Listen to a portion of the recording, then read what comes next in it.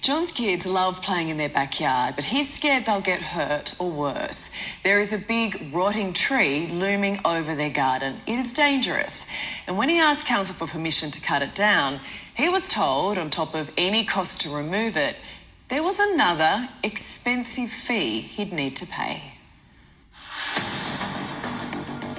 I feel very nervous standing underneath a tree. Instant death. No kidding. Optometrist John is seeing red over this giant gum tree and his backyard battle putting lives at risk. This is huge, and it's fallen 30 metres from the top of the tree. Pretty much, yeah. No one would survive. I think it's really a safety concern for me, for my family. The tree's rotten branches turned missiles. This bit, we can't dig it out. Falling out of the sky. That has lodged itself into the ground. Yes. So it's too hard for me to dig it out at the moment. It's 30 metres tall. It's not a joke.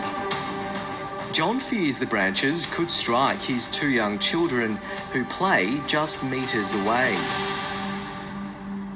When John asked the Nillumbik Council for a permit to chop down this dangerous gum tree, John was told this. We're being told that we have to get a quote to secure a tree offset credit to be able to do anything about this tree. So that's a surprise to us. And a so-called tree offset credit doesn't come cheap. We'll be looking at $5,000 plus.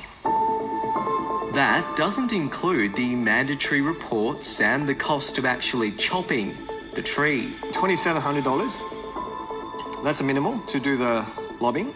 So what is a tree offset credit?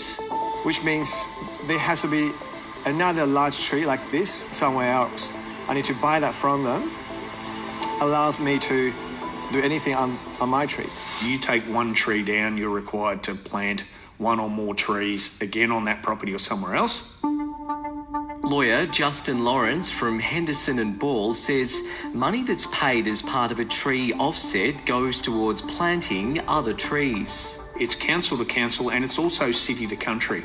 A lot of country councils aren't concerned about it.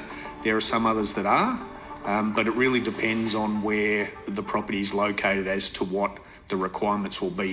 Nillumbik Council told The Current Affair, native vegetation offsets are compensatory measures that aim to balance the ecological impact of vegetation removal by protecting native vegetation with similar habitat and biodiversity value elsewhere in the local area.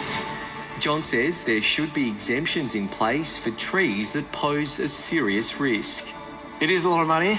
We could use the money to do a lot of maintenance for the house or just save it for a holiday. I've never heard about the tree credit or offset credit. That's the most surprising part. I thought, to me, it's a dangerous tree. John says it serves as an important lesson for other people buying property on land like his. They need to be aware of this issue and understand what sort of impact it might bring to their new home. I have to pay that much money to make myself and family safe. We better get out of the way, John. All right.